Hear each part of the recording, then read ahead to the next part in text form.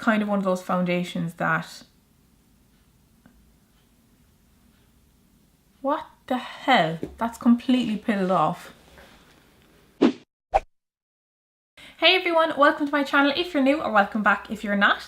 So for today's video I have a first impressions foundation wear test for you today, and the foundation I'm going to be reviewing is the Nude by Nature Flawless Liquid Foundation. So this one was actually a viewer request, and the brand is completely new to me. I hadn't heard of it until I got that request, but it is, from what I can tell, an Australian based brand that is a cruelty-free natural brand. So this one was a little tricky to get my hands on. There are no stockists in Cork where I live of this foundation, so I couldn't see it in person anywhere. But Debenhams do stock it online, so I ordered off of there, and I just had to kind of guess my shade, so hopefully it'll be okay. I picked up the shade W4 Soft Sand. So just before we jump into it, in case you're new here, my skin is oily, so I prefer something that's more mattifying and I can control my oil, and I do like a good solid coverage in a foundation as well. So those are just my preferences. So let's start talking about the foundation. So as I said, I got this from Debenhams and it is €28 on that site. And this foundation comes in 20 shades, and they are broken up into cool, neutral and warm. So it creates an even flawless complexion, looks and feels like a second skin. It's long wearing, it has a silky texture without silicones, it's suitable for sensitive skin, and it's oil free and fragrance free. And then it says it's formulated with good for you natural ingredients, including bamboo powder for a soft focus effect, baobab fruit extract, and the antioxidant rich Australian native kakadu plum and lily pilly to benefit the skin. It delivers lasting flawless coverage with each application. So those are some of those natural ingredients that are inside in it. So now that we have the information about the foundation, let's bust it open, because I literally haven't even taken it out of the packaging. So it has a really nice classy looking bottle with this gold top and frosted glass base. Does this twist off, or... Okay, you just have to pull that really hard. But that's good to know that it's nice and secure on there. So this is what it looks like without the top. So for today, I was actually thinking of trying something a bit different with this foundation wear test, because what I normally do is apply the foundation, no primer, and just leave it for kind of 8 hours. Don't touch it up, and just see how it wears on its own. But I feel like every time I do that, I have to give the disclaimer of, if I was wearing this for a full day, I would touch it up because I do get oily in that. And if I was wearing it normally myself, I would apply primer and powder. But to be able to judge a foundation, you don't want to have too many variables, because the primer and powders that I use might be different to you. So what I was thinking is doing like a half and half, of doing one side just the foundation, nothing else, and not touching it up, and the other side how I would realistically wear it. So primer and powder, and maybe touching up halfway through the day. So that's something we're going to try out today. I don't know how practical it's going to be. I don't know how much of a dramatic difference it's going to make on my face. So I'm going to pump some of this out. And the brush I'm using is one of my all-time favourite foundation brushes for myself. This is the Nema brush Round Head Kabuki. So I think I'm going to do the foundation only side on my left side actually. We're going to do that one first so there's no contamination. Bit light, damn it. Coverage I'm not blown away by. Again, that's going off my preferences. I like quite a good coverage, but we'll see if we can build it up. It claims to be a medium to flawless coverage is what they said on the website, so it should be buildable. There's a slight scent to it. It smells natural. I don't know if that makes sense to you, but I think natural products do tend to have quite a natural and earthy kind of a scent, I think, but it's not very strong and it's not a bad smell. So the coverage is building. I am finding that it's settling into pores though, which isn't a common issue I have. Every now and then I'll come across a foundation that will do that, but it's not something that normally happens. Oh, and the finish on this is supposed to be a satin matte. Okay, so that is one side with just the foundation. And my battery is flashing, so I'm going to quickly change the batteries and I'll be right back. Okay, so I'm back and stuff has happened. Basically, I'm going to have to scrap the realistic side because this is going to be my take 3 on this side. It didn't seem to want to work with the primers that I tried. The first one I used was my current go-to, which is the Kiko Matte Face Base. And it started to pill up as I was blending it on, meaning it started to ball up. and then it also started to like tingle and like slightly burn. So that doesn't normally happen at all. So I took that off and decided to try a different primer and to give it another shot. So instead I used it with the Benefit Professional because I thought that might give it a bit more slip and it wouldn't be too matte where it would start to ball up, and it might also help with that pore issue. But it didn't tingle and burn, but it did pill really badly, and I'll show you a clip of that.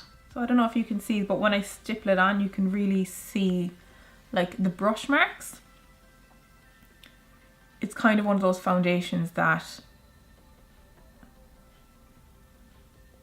what the hell? That's completely pilled off. Let me turn down the lights and see if you can see. Can you see like here? All these little bits.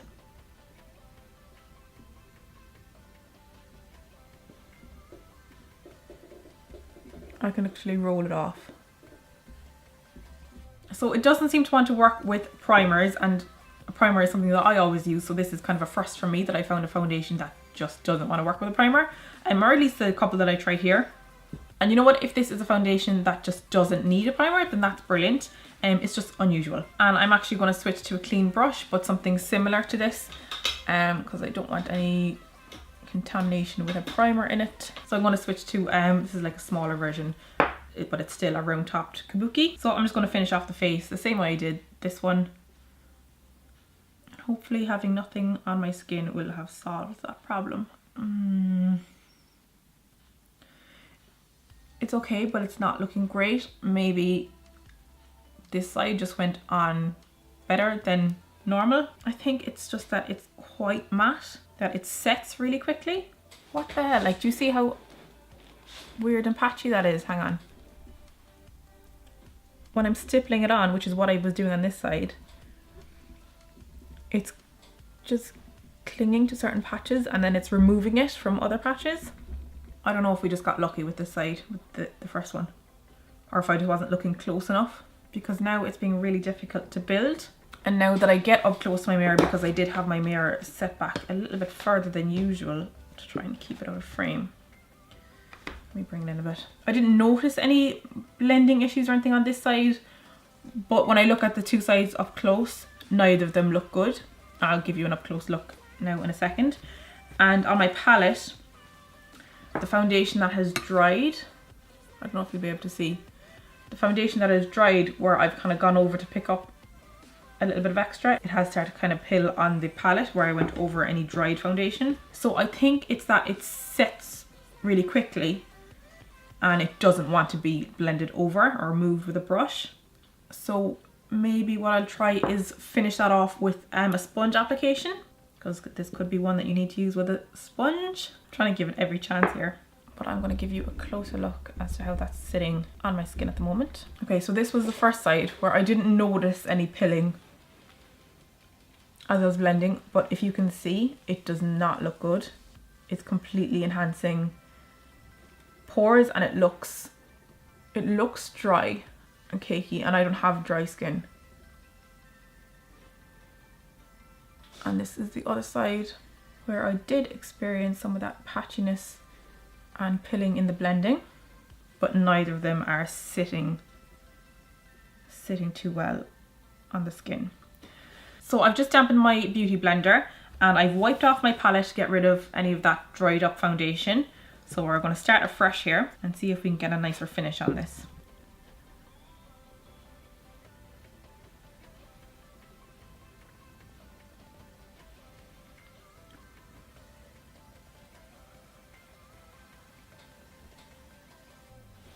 Damn it.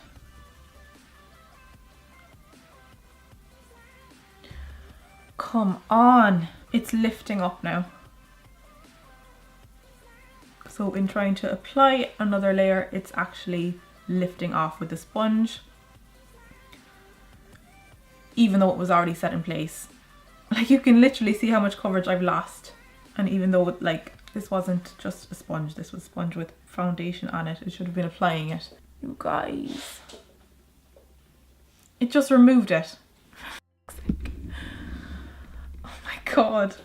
I thought this looked really like a nice foundation. The claim seemed really good. I'm so disappointed.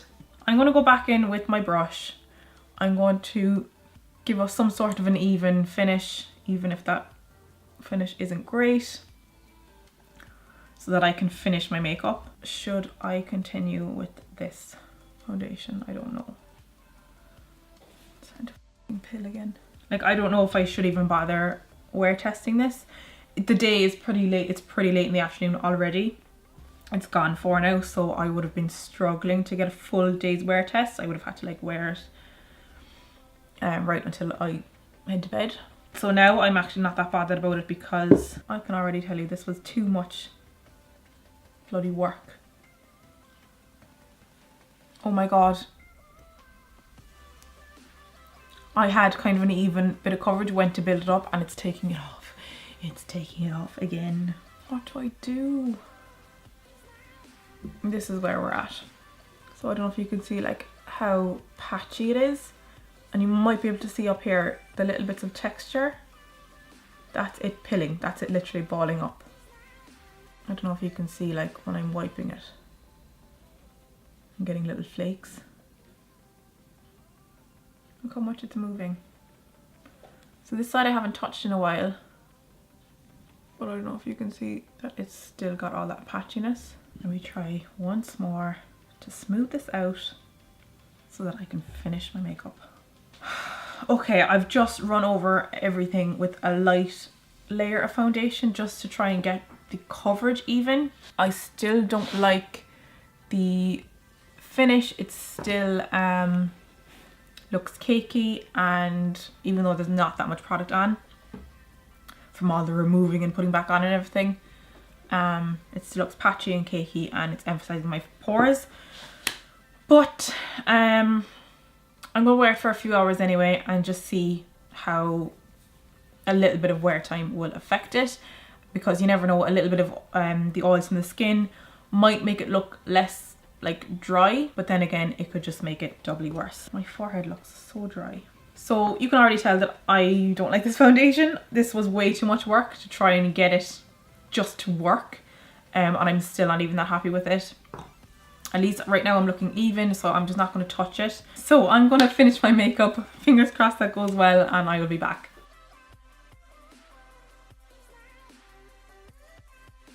So this is now my full face complete. By the way, I will have a tutorial of this eye look up later this week, so keep an eye out for that if you'd like to see. But yeah, now that I have more colour on my face, once I'm a little bit far back from the mirrors and with the lights and everything, it doesn't look too bad. It's when I get up close to the mirror and I'm looking at my pores, I'm like dying inside. I'm still not a fan, but we'll see what a few hours of wear will do for this foundation, if it'll make any difference or if it'll make it better or worse. We shall see. So I will see you a little bit later into the evening. Hey, so I'm back for the update. It is now 9 o'clock at night, so about 4.5 hours later from the time I had applied it. And this is how we are looking. So definitely oily. For me, that's expected with oily skin. I would normally need to touch up at this point if I was wearing it for a complete day. And by touch up, I just mean like kind of powder and just control the oil. It has rubbed off under my nose, exposing some lovely pigmentation from previous blemishes, just because I was blowing my nose, so that that's because it was being rubbed. But overall, the oils on my skin definitely got rid of that dry look, which I normally don't get at all. However, I can still see it sitting in my pores. I can see that it definitely creased up in my smile lines. And it can be hard to kind of see exactly what's going on at my skin with the lights and everything, so I will show you some close-up pictures.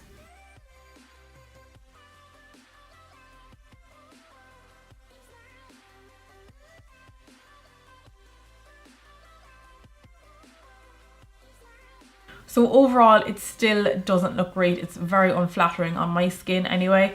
So just going on my experience with this foundation, I can't recommend it personally. And I was really hoping it would work out. I love discovering new foundations, and I was excited when it was a brand I hadn't heard of. And its claims sounded really good and its packaging is beautiful. But for me, this was just a flop. It was way too much work to get it to even this stage. And even at this stage, I don't like it on my skin. However, if you have this foundation, if you love it, I would love to know what kind of skin you have, how you apply it, what you use with it. So definitely let us know down in the comments, because it's also helpful for other viewers who are interested in this product. And just because it didn't work for me doesn't mean it won't work for somebody else. And on that note, I just want to pause and let you know that between filming this and editing this, Sharon Farrell actually posted a video about this foundation, and she really liked it, and she had a couple of tips that I want to try with it. She is an Irish makeup artist living in Australia, and she's someone I respect and trust an awful lot. So I definitely want to take those tips and apply those. One being that she used her fingers to blend in the foundation, and the other being that she made sure to use a silicone-free primer, because this is a silicone-free foundation. So I will try those two things, blending it in with my fingers and also using a silicone-free primer, and see if either of those things help the application or how it looks on the skin. However, I do think it should still work on bare skin and if you wanted to use a brush. But I just wanted to let you know that I will be continuing to test it, and if my opinion changes at all, I will update you. But in the meantime, if you are interested in this product, that is just another review for you to check out, and one with kind of an opposing experience. And I think that's important to look into all different sides of something, especially a foundation which works differently on everybody. So back to the video. So that pretty much rounds up this review for today. If you have any questions, comments or requests, do leave them down below for me. As always, I will have a link to my blog post down below where you can see pictures and stuff. So do check that out if you're interested. And if you did enjoy this, or if you found it helpful, please do give it a thumbs up. That lets me know that you enjoyed, and it also helps out my channel a lot. And you can also subscribe to my channel to see more videos from me if you'd like to. So with that said, I'm going to go home and put on my jammies and sit up next to the fire and watch reruns of The Mentalist. So that's my night. Thanks again, guys, and I will see you on the next one. Bye.